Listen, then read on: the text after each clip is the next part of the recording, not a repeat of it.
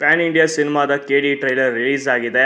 ಎಲ್ಲರಿಗೂ ನಮಸ್ಕಾರ. ರಾಜಧಾನಿ ಐಕ್ಳು ಚಾನಲ್ಗೆ ಸ್ವಾಗತ. ಚಾನಲ್ಗೆ ಯಾರಾದರೂ ಹೊಸದಾಗಿ ಬಂದಿರೋರು ಇದ್ದರೆ ಸಬ್ಸ್ಕ್ರೈಬ್ ಮಾಡ್ಕೊಳ್ಳಿ. ಬನ್ನಿ ಟ್ರೈಲರ್ ನೋಡಿದಾಗ ನನಗೇನು ಅನ್ನಿಸ್ತು ಅನ್ನೋದನ್ನ ಹೇಳ್ತೀನಿ. ಮ್ಯಾಟ್ರೋ ಮುಗಿಸ್ಬಿಡೋಣ.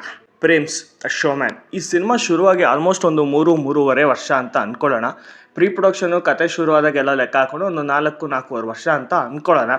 ಟೀಸರ್ ಬಿಟ್ಟಾಗ ಟೈಟಲ್ ಟೀಸರ್ ಬಿಟ್ಟಾಗ ಸಖತ್ ಇಂಪ್ರೆಸಿವ್ ಆಗಿತ್ತು.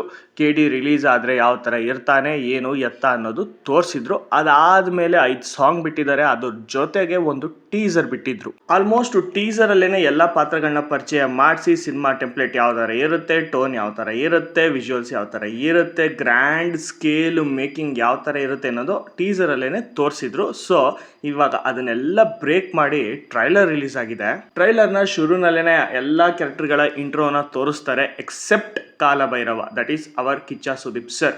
ಇವ್ರು ಬಿಟ್ಟು ಅದಾದಮೇಲೆ ಟ್ರೈಲರು ಮಾರ್ಕೆಟಲ್ಲಿ ನಡೆಯೋ ಕತೆ ಅಂತಲೂ ಪೋಟ್ರೆ ಆಗಿದೆ. ಮಚ್ ಮಹಾಲಕ್ಷ್ಮಿ ರೀಷ್ಮಾ ನಾನಯ್ಯ ಇಲ್ಲಿ ಹೂ ಮಾರೋ ಹುಡುಗಿ ಥರ ಕಾಣಿಸ್ತಾ ಇದ್ದಾರೆ.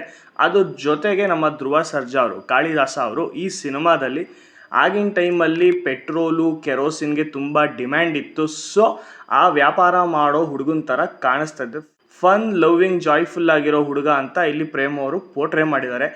ಪ್ರೇಮ್ ಅವರ ಪ್ರತಿ ಸಿನಿಮಾದಲ್ಲಿ ಹೀರೋ ಸಖತ್ ಮಾಸು ಎವ್ಯುಲೇಷನ್ನು ಡೈಲಾಗ್ ಮೇಲೆ ಡೈಲಾಗ್ ಹೊಡೆದ್ರೆ ಇಲ್ಲಿ ಆಪೋಸಿಟ್ಟು ಹೀರೋಯಿನು ಕೊಟ್ಟಿದ್ದಾರೆ. ಹೀರೋ ಇಲ್ಲಿ ಸ್ವಲ್ಪ ಸಾಫ್ಟ್ ನೇಚರ್ ಥರ ಕಾಣಿಸ್ತಾ ಇದ್ದಾನೆ. ಇಂಥರ ಸಾಫ್ಟಾಗಿರೋ ಹುಡುಗ ಯಾವ ಥರ ಹಾಡಾಗ್ತಾನೆ, ಆ ಗಟ್ಟಿ ಮನ್ಸು ಮಾಡ್ಕೋತಾನೆ, ರೌಡಿಸಮಿಗೆ ಬರ್ತಾನೆ, ಮಚ್ಚಿಡಿತಾನೆ, ಯಾಕಷ್ಟು ಕೊಲೆಗಳು ಮಾಡ್ತಾನೆ ಅನ್ನೋದು ನೋಡಬೇಕು, ತಿಳ್ಕೊಬೇಕು ಅಂದರೆ ನಾವು ಸಿನಿಮಾನೇ ನೋಡಬೇಕು. ಇದು ಎಲ್ಲದಕ್ಕಿಂತ ಸರ್ಪ್ರೈಸಿಂಗ್ ಅನಿಸಿದ್ದು ನನಗೆ ಸಂಜಯ್ ದತ್ ಅವರ ಕ್ಯಾರೆಕ್ಟರ್ ದಕ್ ದೇವ. ಈ ದಕ್ ದೇವ ಶಿಲ್ಪಾ ಶೆಟ್ಟಿ ಅವರ ಹಸ್ಬೆಂಡ್. ಶಿಲ್ಪಾ ಶೆಟ್ಟಿ ಅವರಿಗೆ ಯಾರಾದರೂ ತೊಂದರೆ ಕೊಟ್ಟರೆ ದಕ್ ದೇವ ಏನು ಮಾಡ್ತಾನೆ ಅನ್ನೋದು ಟ್ರೈಲರಲ್ಲಿ, ಅದು ಥಿಯೇಟರ್ ಎಪಿಸೋಡಲ್ಲೇ ತೋರಿಸಿದ್ದಾರೆ.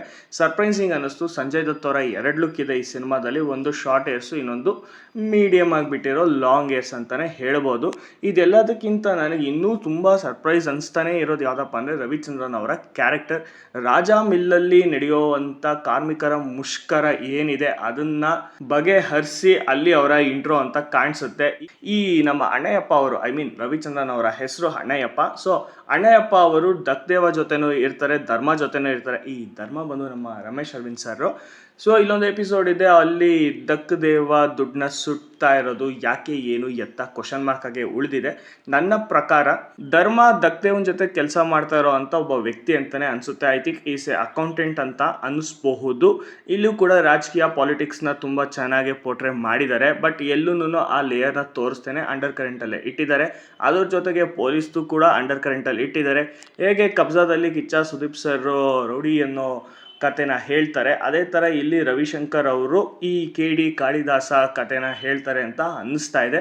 ಅವರ ವಾಯ್ಸ್ ಓವರಿಂದ ಶುರುವಾದಂಥ ಟ್ರೈಲರ್ ಕೊನೆಗೆ ಮುಗಿಯೋದು ಕೂಡ ಇದು ಅಂತ್ಯ ಅಲ್ಲ ರೀ ಆರಂಭ ಅಂತ ಹೇಳ್ತಾರೆ. ಅಲ್ಲಿ ಟ್ರೈನಲ್ಲಿ ನಮ್ಮ ಕಿಚ್ಚ ಸುದೀಪ್ ಅವರು ಕಾಣಿಸ್ಕೋತಾರೆ. That is a back shot. ಕಾಳಿದಾಸನ ಜೀವನದಲ್ಲಿ ಎಲ್ಲ ಸೂಪರ್ ಆಗೇ ಇತ್ತು. ಅದು ಯಾವುದೋ ಒಂದು ಘಟನೆ ನಡೆಯುತ್ತೆ. ಆ ಘಟನೆಯಿಂದ ಕಾಳಿದಾಸ ರೌಡಿಸಮ್ಗೆ ಬರ್ತಾನೆ, ಮಚ್ಚಿಡಿತಾನೆ, ಇರೋ ಬರೋನೆಲ್ಲ ಕತ್ತಿಸ್ತಾನೆ. ಯಾವ್ದು ಆ ಘಟನೆ ಇನ್ಸಿಡೆನ್ಸ್ ಯಾವುದು ಅನ್ನೋದು ತುಂಬ ಎಮೋಷನ್ ಆಗೇನೆ ತೋರಿಸಿರ್ತಾರೆ ನಮ್ಮ ಪ್ರೇಮ್ ಅವರು.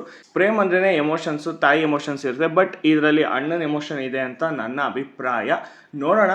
ಸಿನಿಮಾ ಇದೆ 30ನೇ ತಾರೀಕು, ಇನ್ನೊಂದು ವಾರ ಇದೆ, ರಿಲೀಸ್ ಆಗ್ತಾ ಇದೆ. ಪ್ಯಾನ್ ಇಂಡಿಯಾ ಸಿನಿಮಾ, ಅದಕ್ಕೆ ಯಾವ್ಯಾವ ಥರ ಪ್ರಮೋಷನ್ಸ್ ಬೇಕೋ ಆ ಥರ ನಡೀತಾ ಇದೆ. ಅಂದಾಗೆ ಇನ್ನು ಸಿನಿಮಾದ ಟೆಕ್ನಿಕಲ್ ವಿಚಾರಕ್ಕೆ ಬರಕ್ಕೆ ಹೋದರೆ ಅರ್ಜುನ್ ಜನ್ಯ ಅವರ ಮ್ಯೂಸಿಕ್ ಸೂಪರ್ ಆಗಿ ಬಂದಿದೆ. ಅದ್ರ ಬಗ್ಗೆ ಏನು ಮಾತಿಲ್ಲ. ಬಿಟ್ಟಿರೋ 5 ಸಾಂಗು ಸಖತ್ತಾಗಿದೆ, ಹಿಟ್ ಆಗಿದೆ. ವಿಲಿಯಂ ಡೇವಿಡ್ ಅವರ ಕ್ಯಾಮ್ರಾ ವರ್ಕ್ ಕೂಡ ತುಂಬ ಚೆನ್ನಾಗಿದೆ. ನನಗೆ ಪರ್ಸ್ನಲ್ ಆಗಿ ಸ್ವಲ್ಪ ಟ್ರೈಲರ್ ನೋಡಬೇಕಾದ್ರೆ ಇದು ತುಂಬ ಓವರ್ ಆಯಿತಾ ಅಥವಾ ಇದು ಬೇಕಾಗಿರ್ಲಿಲ್ವಾ ಅನಿಸಿದ್ದು. ಈ ಸಿನಿಮಾದ DI ನನಗೆ ಅಷ್ಟು ಇಷ್ಟ ಆಗಲಿಲ್ಲ. ಬಿಕಾಸ್ ಗೊತ್ತಿಲ್ಲ, ಸ್ಕೈ ಕಲರ್ ಕೂಡ ಡಾರ್ಕ್ ಇದೆ, ನೆಲನೂ ಡಾರ್ಕ್ ಇದೆ. I don't know why. ಅದು ಬಿಟ್ಟರೆ ಇನ್ನು VFX ಕೂಡ ಬೆಟರಾಗಿ ಮಾಡ್ಬೋದಾಯಿತು. ಬಟ್ ತುಂಬ ಚೆನ್ನಾಗಿ ಕಟ್ಕೊಟ್ಟಿದ್ದಾರೆ. ಆಗಿನ ಕಾಲದ 70s ರೌಡಿಸಮ್ ಕತೆ ಹೇಗಿದೆ ಅದನ್ನು ಪೂರ್ತಿ ಸೆಟ್ ಹಾಕಿದ್ದಾರೆ. ಮಾರ್ಕೆಟ್ ಸೆಟ್ ಹಾಕಿದ್ದಾರೆ, ಟೌನ್ ಹಾಲ್ ಸೆಟ್ ಹಾಕಿದ್ದಾರೆ, town hall opposite Shivaji theatre set ಹಾಕಿದ್ದಾರೆ. ಸೊ ಮಾರ್ಕೆಟ್ ಒಳಗಡೆ ಇರೋ ಒಂದಷ್ಟು ಪೇಟೆಗಳನ್ನ ಸೆಟ್ ಹಾಕಿದ್ದಾರೆ. ಇಲ್ಲಿ ಆರ್ಟ್ ಡೈರೆಕ್ಟರ್ ಕೆಲಸ ತುಂಬ ಕಾಣಿಸ್ತಾ ಇದೆ. ಸೊ ಟ್ರೈಲರಲ್ಲಿ ಆಲ್ಮೋಸ್ಟ್ ತುಂಬ ಚೆನ್ನಾಗಿ ಕಟ್ಕೊಟ್ಟು ಎಲ್ಲ ಮಾಡಿದ್ದಾರೆ. ಪ್ಲಸ್ ನೋರಾ ಫತೇಹಿನೂ ತೋರಿಸಿದ್ದಾರೆ ರೀ.